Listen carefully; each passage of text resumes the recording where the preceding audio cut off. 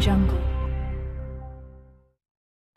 26 MLD पाणी योजनेच्या जलपूजन कार्यक्रमामध्ये मंचावर उपस्थित मंचावरील सर्व मान्यवर आणि उपस्थित सर्व भगिनी आणि बंधूंनो, आज अतिशय आनंदाची गोष्ट आहे की संभाजीनगर शहर पाणी पुरवठा या अंतर्गत त्यातलाच एक टप्पा म्हणजे 26 MLD पाणी पुरवठ्याचं जलपूजन हे आपण आज या ठिकाणी करतोय। खरं म्हणजे मगाशी याचा इतिहास आपण बघितला। 2019 साली संभाजीनगर शहराला नीट सुरळीत पाणी पुरवठा व्हावा या दृष्टीनं आपण साधारण 2050 सालापर्यंतचा विचार करून संभाजीनगरची पाणी पुरवठा योजना सुरू केली होती आणि जवळपास त्या ठिकाणी 1800 कोटी रुपयाची ही योजना त्याला मान्यता दिली। मान्यता दिल्यानंतर संभाजीनगरचे सर्व लोकप्रतिनिधी त्यावेळेस मला येऊन भेटले आणि म्हणाले, तुम्ही मान्यता दिली पण जो हिस्सा या योजनेचा महानगरपालिकेला घालायचा आहे त्याची किंमत जास्त आहे, महानगरपालिकेला ते करणं शक्य नाही। तेव्हाच आपण एक दुसरा ऑर्डर काढला आणि महानगरपालिकेचा हिस्सा देखील महाराष्ट्र शासनच त्या ठिकाणी भरेल अशा प्रकारचा निर्णय आपण केला आणि त्यानंतर याला पुढे नेण्याचं काम आपण केलं। मध्यंतरी काही वेगळे निर्णय देखील झाले, महानगरपालिकेचा हिस्सा महानगरपालिकेनेच भरावा असाही काही निर्णय झाला, पण ठीक आहे, त्याच्यामध्ये आपण जाण्याचं कारण नाही।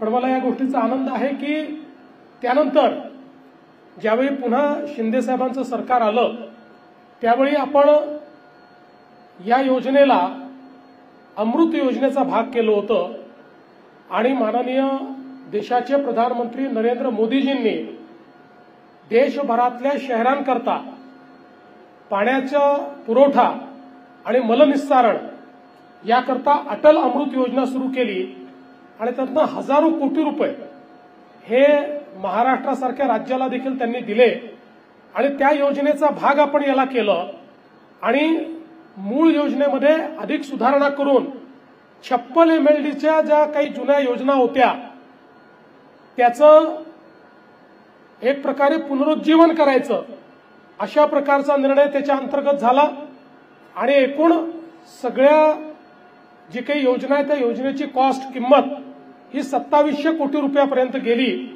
आणि त्याचं काम हे अत्यंत वेगाने आपण सुरू केलं।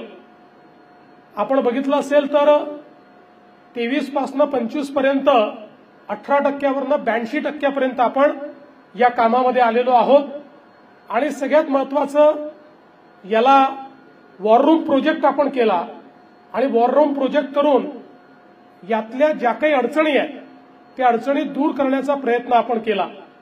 मी आपल्या संभाजीनगर महानगरपालिकेचे आयुक्त असतील श्रीकांत आणि आपल्या महाराष्ट्र जीवन प्राधिकरणची टीम असेल या सगळ्यांचं या ठिकाणी निश्चितपणे अभिनंदन करेन की खूप अडचणींचा सामना करत करत अडथळ्याची शर्यत पार पाडत ही योजना इथपर्यंत पोहोचलेली आहे आणि दरम्यानच्या काळामध्ये आमच्या सगळ्या लोकप्रतिनिधींनी खूप शिव्या देखील खाल्ल्या पण याचा चांगला पाठपुरावा केला आणि दरवेळेस शिंदे साहेबांकडे माझ्याकडे बैठकांवर बैठका याच्या झाल्या आणि आज अतिशय चांगल्या स्थितीमध्ये आपण पोहोचलो।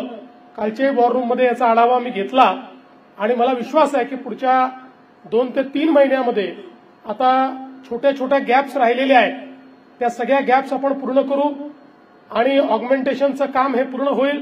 डिस्ट्रीब्युशन मध्ये आता जसं सांगितलं की 56 आपल्याला ESR तयार करायचे आहेत, त्यापैकी 30 पर्यंत आता आपण पोहोचू, कालांतराने इतरही सगळे त्या ठिकाणी पूर्ण होतील आणि हे पूर्ण झाल्यानंतर संभाजीनगर सारख्या शहराला त्या ठिकाणी पुढचे 25-30 वर्ष जी काही अपेक्षित लोकसंख्या आहे त्या लोकसंख्येला अपेक्षित पाणी पुरवठा म्हणजे ज्याला आपण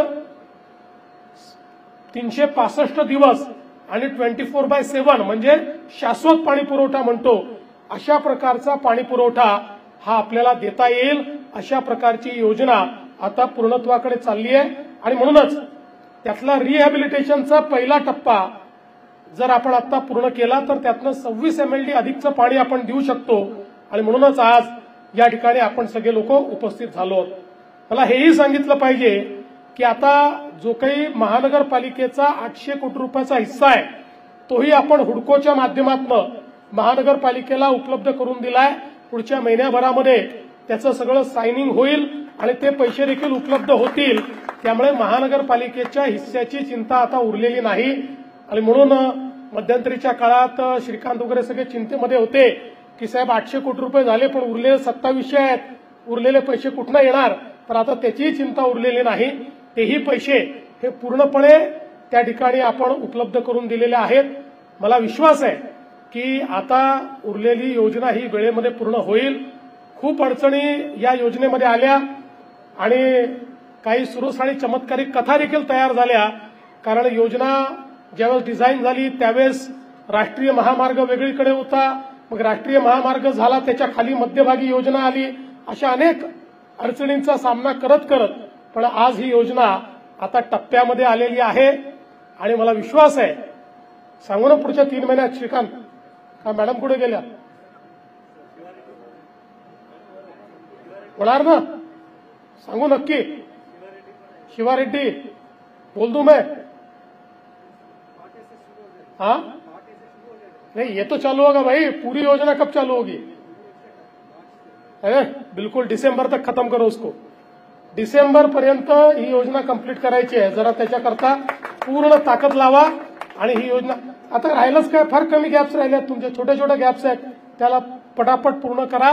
आणि पुढच्या 3 महिन्यामध्ये ही योजना डिसेंबर पर्यंत आपल्याला कशी करता येईल अशा प्रकारचा प्रयत्न हा आपण निश्चितपणे करूया. आज आपल्याला कल्पना आहे की संभाजीनगर हे महाराष्ट्राचं एक अत्यंत महत्वाचं शहर झालं आहे. छत्रपती संभाजीनगर जिल्हा हा आपलं मॅन्युफॅक्चरिंग हब म्हणून आता उदयास येतोय. हा आपला ईव्ही हब म्हणून उदयास येतोय. DMIC मुळे आज मोठ्या अपॉर्च्युनिटी इथे तयार झालेल्या आहेत. आणि या सगळ्याला अनुरूप अशा प्रकारचं इन्फ्रास्ट्रक्चर या ठिकाणी तयार करणं गरजेचं आहे. मला या गोष्टीचा आनंद आहे की आपल्या सगळ्या लोकप्रतिनिधींनी एकत्रित येऊन आणि महानगरपालिका पोलीस विभाग सगळ्यांनी एकत्रित येऊन मोठ्या प्रमाणात अतिक्रमण निर्मूलनाची मोहीम या ठिकाणी हातामध्ये घेतली आणि त्यातनं शहराला चांगलं करण्याचा प्रयत्न आपला आहे. ठीक आहे, त्याच्यात काही अडचणी असतील तर त्याही दूर करू. त्याच्याकरता काही तुम्हाला ॲक्विजिशन किंवा बाकी गोष्टींकरता जर काही निधी लागला, कामाकरता जो निधी लागेल तोही आम्ही तुम्हाला निश्चितपणे उपलब्ध करून देऊ. पण मला असं वाटतं की शहराचा चेहरा बदलण्याकरता आज प्रशासन आणि लोकप्रतिनिधी एकत्रित येऊन काही स्ट्रॉंग अशा प्रकारचे निर्णय करतायत, ही पण आनंदाची गोष्ट आहे. त्यामुळे जरूर त्याला जो काही पाठिंबा द्यायचा असेल तो आम्ही राज्य शासन म्हणून मी असेल, शिंदे साहेब असतील किंवा अजितदादा असतील, आमचा पाठिंबा हा तुम्हाला निश्चितपणे त्यामध्येही प्राप्त होईल. या शहराला एक चांगलं स्वरूप देण्याकरता आम्ही निधीची कमतरता पडू देणार नाही हा विश्वास आपल्याला देतो. पुन्हा एकदा 26 MLDचा हा प्रकल्प आता पुनर्स्थापित होऊन संभाजीनगरकरांकरता रुजू होतोय. त्याबद्दल छत्रपती संभाजीनगरच्या सर्व नागरिकांचं मी मनपूर्वक अभिनंदन करतो. सर्व लोकप्रतिनिधींचं अभिनंदन करतो. आणि मला आपण निमंत्रित केलं त्याबद्दल आपले आभार मानून माझे 2 शब्द संपवतो. धन्यवाद. जय हिंद, जय महाराष्ट्र.